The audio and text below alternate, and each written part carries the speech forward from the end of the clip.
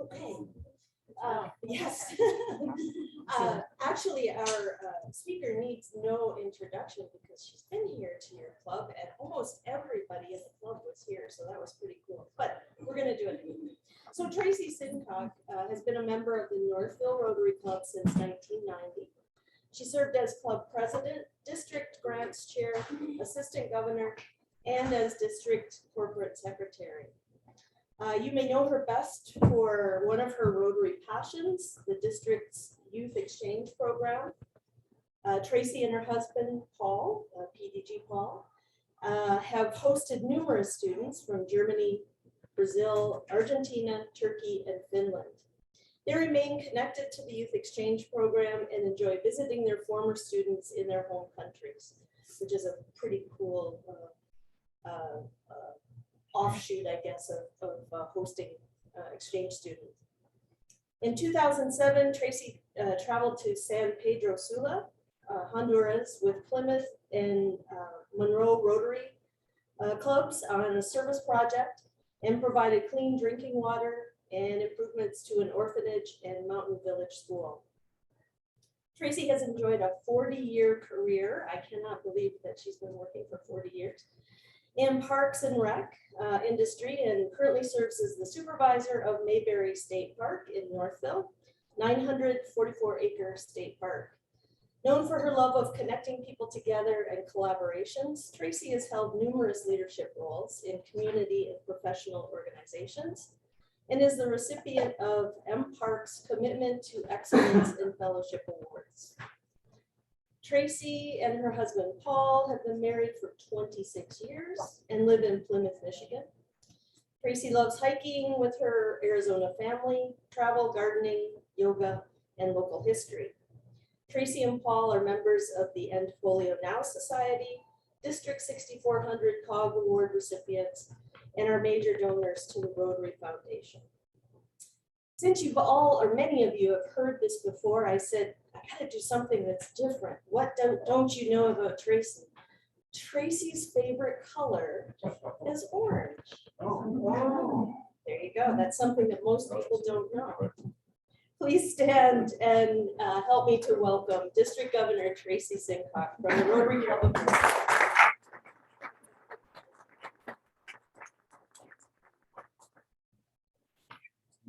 Hi, everybody out there in Zoom land, and thank you for having me back. I was here just a few short weeks ago.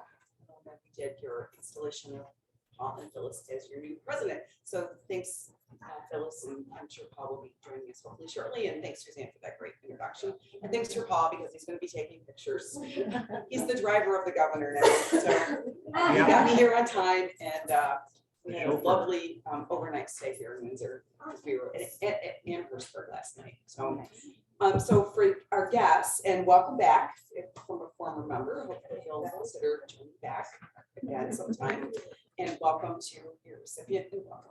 It's so great to see you in person and live, and not on a Zoom call. But it's been a while since governors have been able to fully be able to travel our district. We have 52 clubs in our district, and for the last 2.5 years, we either be able to do all the states or all of Canada and not been able to cross the border. So I feel very fortunate that we can now fully travel back and forth and be able to visit all of our clubs.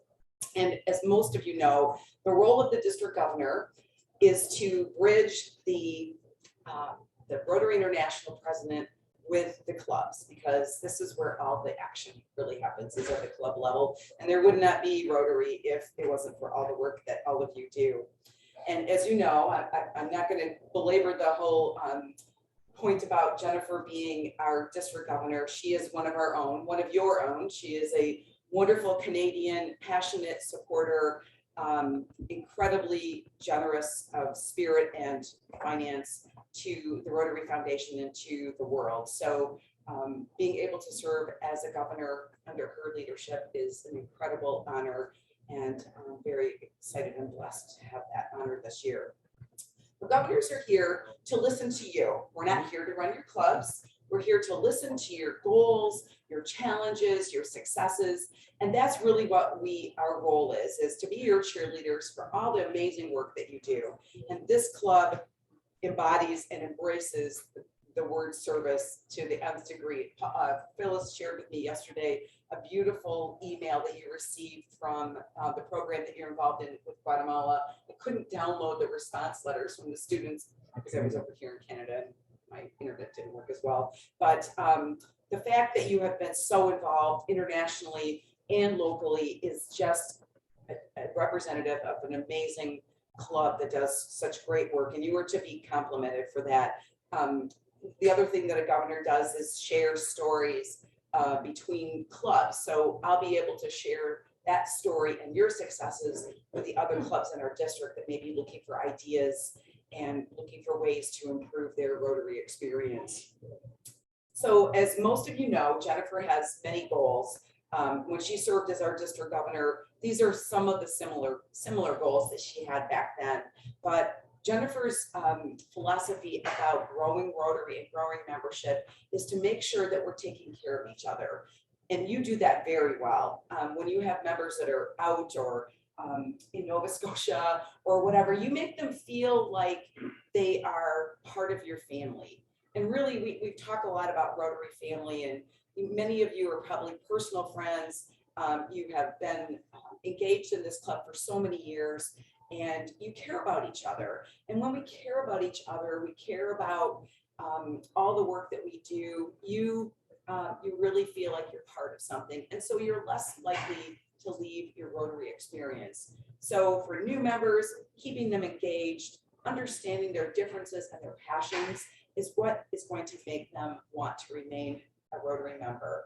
And that, at the end of the day, if we don't have Rotary members, we don't have service, and our communities don't grow and become better. So keeping membership strong is really very important, and engaging our members does that very well. But here we are in 2022, and we are certainly different than we were in even 15 years ago, 10 years ago, 5 years ago, even before COVID. So embracing some change is good. I mean, even probably 2 years ago, you didn't have Zoom calls. You didn't have where someone could go on vacation and still come to your meeting. So this is a good change. As clunky and as cumbersome as it was in the early days, it really has started to keep our members engaged, even if they're traveling or not able to attend a meeting. So embracing change in a good way can keep us together. And the way that we conduct our business maybe has changed as well. You weren't always meeting in this Holiday Inn. This is a new facility for you in the last few years.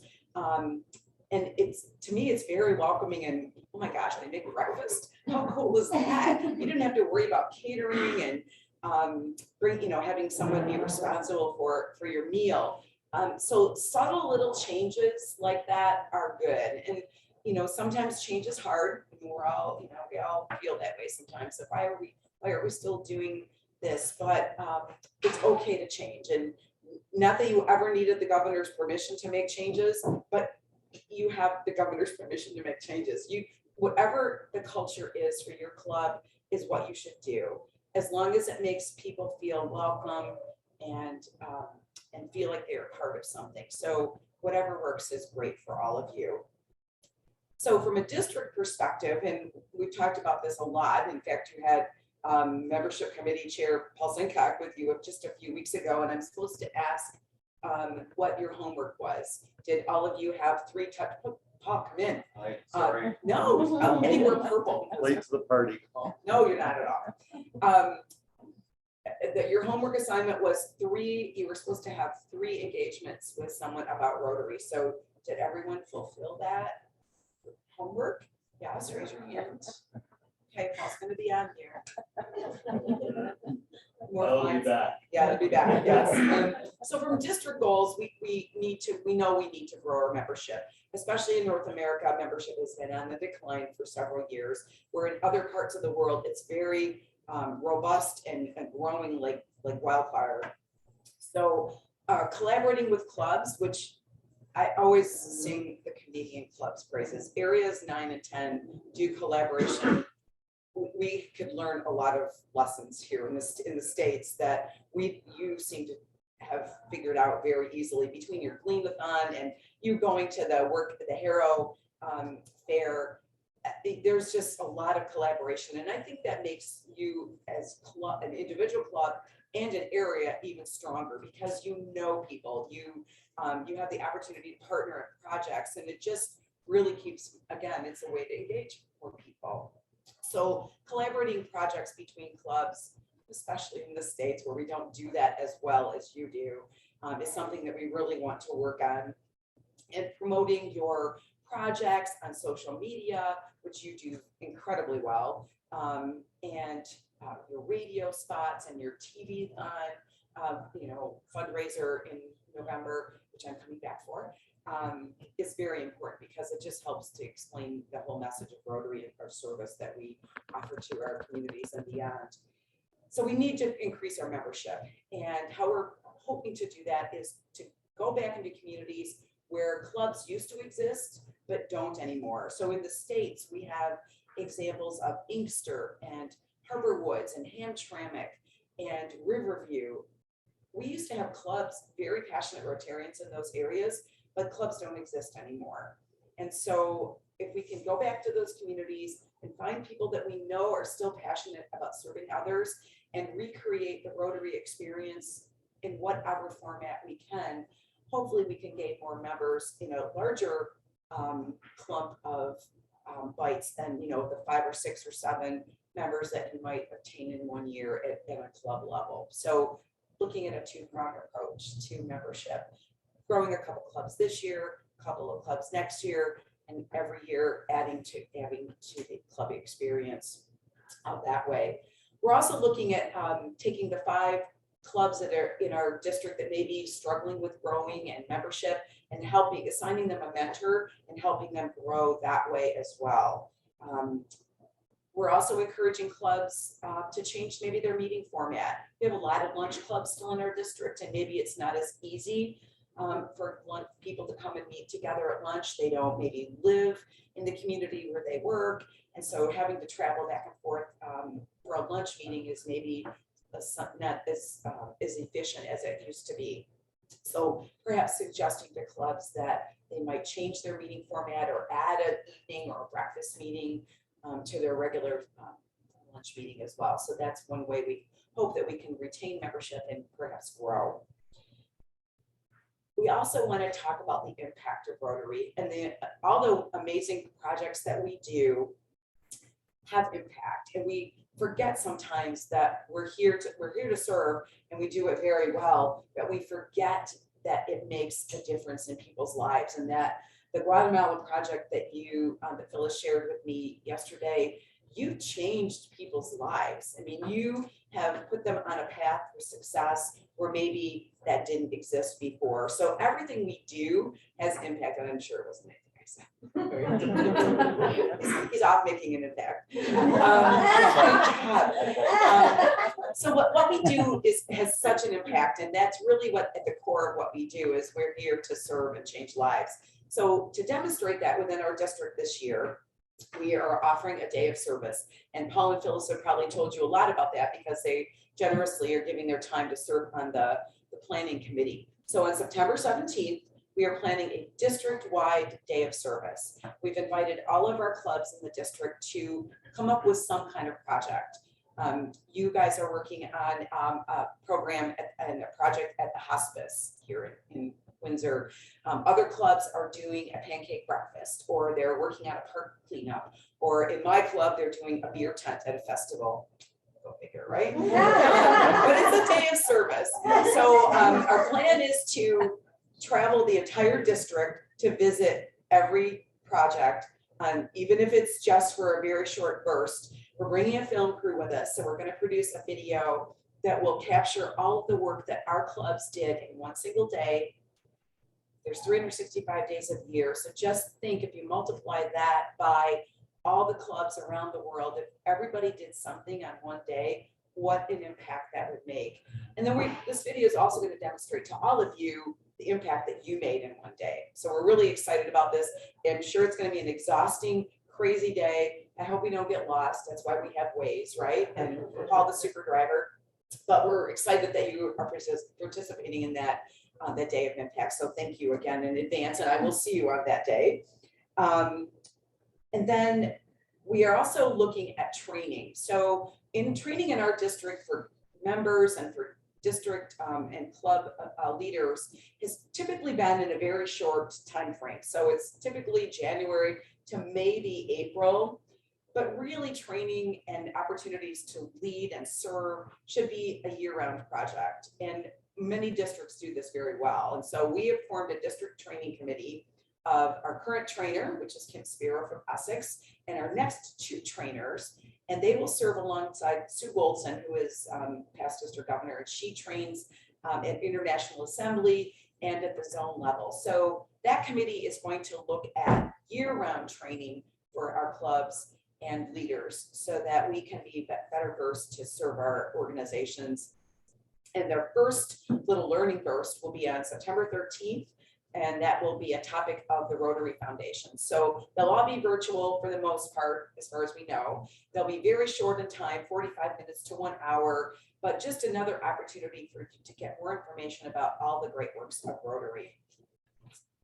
I just wanted to mention the whole idea of diversity, equity, and inclusion, and we have a proposed club in your area that will be focusing on those topics specifically, but they're not really corporate buzzwords, although certainly the business community has heard these words and this initiative for many years, but they're serving as reminders that we need to make sure we understand our members, their differences, because we're all different. Thankfully, we're all different. Can you imagine if we were, what is that movie, The Stepford Files or Stepford Wives or whatever? I mean, we were all the same. How boring would our world be? But just making sure that we embrace the differences that we have, that we provide everybody the same kind of opportunity to engage in service, and we welcome each other as we truly are. So, and this is certainly one of Rotary International's initiatives, and making sure that it's okay to be different. It's okay to have differences of opinions, but how we treat each other with kindness and goodness is really the core of the matter. From a district perspective, we're not really doing a lot of projects this year because we want to focus on the amazing work that happens at the club level. And the with this club, along with Roseland, and doing the Monarch train, the butterfly train. You missed it. We'll fill you in later. But I'm going with the butterfly train. But that's an example of an amazing project where clubs have collaborated for a passion that people have about the environment. And I can't wait to come back and for that event on the 10th of September. But again, we're here to support the clubs because many clubs have not been able to have projects to the fullest extent because of COVID. So we're here to support you rather than add another layer of a lot of projects on top of that this year. But we are doing our day of service, as I mentioned. We are doing the district governor golf outing. So thank you again, Chuck, for that little shout out, and thanks to all of you for playing in that outing. That money that we raise at that golf outing is put into the district's World Community Service Fund. So you have an opportunity then to apply for the money that's raised at that outing and do an international project. And you don't need a Rotary partner in another country to do that. It's a little bit easier way to do a project internationally. So I hope that you will use that. I know you have applied in the past. So I hope you will raise the money by coming and participating in the outing, and then apply for the funds that are available. So thank you for that commitment and that opportunity to serve clubs in our district. World Polio Day is in October, as it is every year, October 24th, and we are going to help the clubs celebrate and recognize the fundraising they do for polio eradication, along with making awareness in their community. I've been told those wonderful glasses that you all bought at Meet the Governor night, the little pint glasses, there's going to be a polio version. Liz Smith is now on a mission to create a whole rainbow full of glasses. So the red one, which will have an End Polio Now logo on one side, and I think Imagine Eradicating Polio on the other side, with a red bottom, will be available for all of you to purchase very soon. Yeah, she's charged the district governor with selling these things, so I'm selling glasses out of the trunk of our car, so I feel like a little peddler, but it's all good. It's all good. But you, so the projects that you and all the communities around here do for Polio Day, we'll have them on the website, our district website. We'll have them on social media, so we can help you promote your projects to the community. I'm not jumping out of an airplane this year. Paul tells me our insurance doesn't cover it, so I'm not doing that. But we are celebrating that start of our holiday season on December 1st. We are offering the first holiday party that we've had in several years. So whatever holiday you celebrate, we hope that you'll consider coming to a district holiday function, holiday party on December 1st in Plymouth. It's on a Thursday evening. There will be some foundation recognition and fundraising, a little bit of that, along with membership acknowledgement and celebration is part of that that event. It will be a ton of fun, some very unique and fun and creative ways to recognize Rotary. So we'll hope you consider coming over to Plymouth on a Thursday evening for a little bit of holiday cheer. And then coming in, it's already, now it's just 1st of September, but we're already thinking about the end of our Rotary journey, which is May 5th through 7th will be our annual district conference. We have a banner back there, and Paul, I need to talk to you about the registration module because it's got a little clunk in it. But we are going back to Caesars Windsor. It's Jennifer and Nick's hometown. They've agreed that they will be joining us, which is a huge ask, considering they have thousands and thousands of asks at each year to be part of other districts and other clubs' district conferences. So they will be joining us. We have a very robust lineup of speakers. We're also going to be celebrating projects that our clubs do, hopefully motivating and getting you re-energized to go out and continue the work of Rotary. Mitch Album, who is a Detroit Free Press columnist, a local author, and now a movie producer, will be joining us to talk about his work in Haiti. He owns an orphanage in Port-au-Prince, and he will be joining us to talk a little bit about his orphanage, and we can share with him the stories of our district support of Handwash.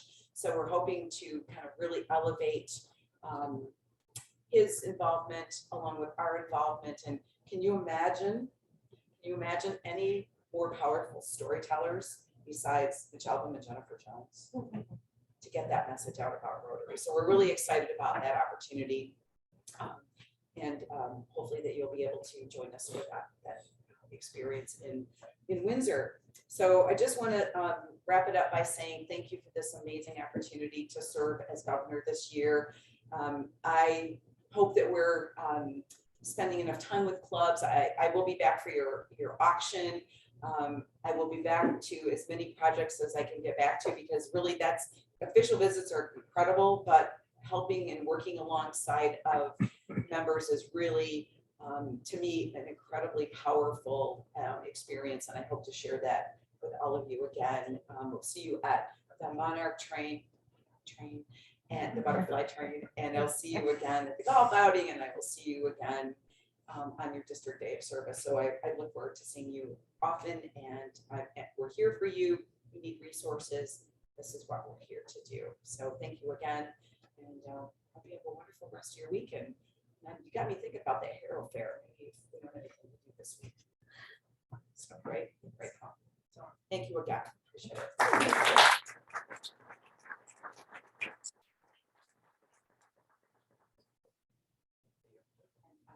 As I'm opening my car trunk this morning, I realized I was remiss. In this small time we will have to share, because there should be two of them. You can take it. And I'll bring them one. I have an ask. Okay. As you were speaking, and I'm sure Alan was thinking the same thing, on October 29th, for polio, our club is now starting an annual plunge for I polio. knew that was coming. Let's remember, like, what did they do? Paul purple plunge last year up north, but You're now. But we thought, why should he have all the fun? So now it's going to be a club thing, and we're starting in the planning process, and Check my calendar. if you're available, where are you plunging? You're available. Probably- Where are you plunging? We're hoping Sandpoint Beach, right here in Windsor. Okay. So it won't be as cold here as it was up there. But it's October 29th. Okay, I'll look at my calendar. So we're all going to start looking for getting pledges and all that kind of stuff. Everything's gonna go. Okay, and before you sit down, we have a little thank you for you. All the presidents, I think Bill Jasmine was the one that sent the email out way back then. You don't even know about this, because maybe I'm the first one to tell you that. That instead of buying you things as a thank you, plant a tree for you. There's been many, but I had no idea it was a concerted effort. I just thought, oh, this is wonderful. Well, I maybe just let the cat out. Well, Or the butter, out of the house. So in our local park, come see Lakewood Park, we have had many trees planted in there already, and we are planting one. It can't be planted right Sure. now, it has to be planted in the fall. Yeah. But I'm a it'll tree look girl, I know that. similar, yes, I figured you would. Yeah. But it'll be similar to that. This is one of our original, our trees that are there now. So this is a beautiful certificate. That is, when you know you're gonna plant it, or if the city going to plant it, I'd love to try to come back. If Okay, Paul's Hardy, like, again, the city will be planting that one, right? The town. The the town, okay, okay. Do we know a date? No. Yeah, I know, they probably do them all at the same time. Thank you, that is a wonderful, long, lasting gift. Thank you. Thank you. That's so incredible.